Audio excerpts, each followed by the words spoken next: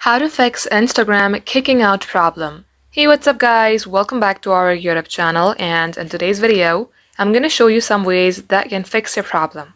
So for that, make sure that you are using the latest version of Instagram. Head over to your Play Store. Then at the top search bar, simply type in Instagram. If your application shows open, that means it is already updated. Just in case you see update, tap on update and update your app.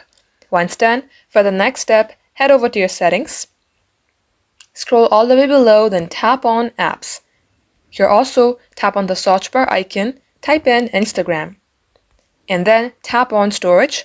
Here you have to clear the cache. So tap on clear cache, and if you remember your credentials like your username and password, tap on clear data as well.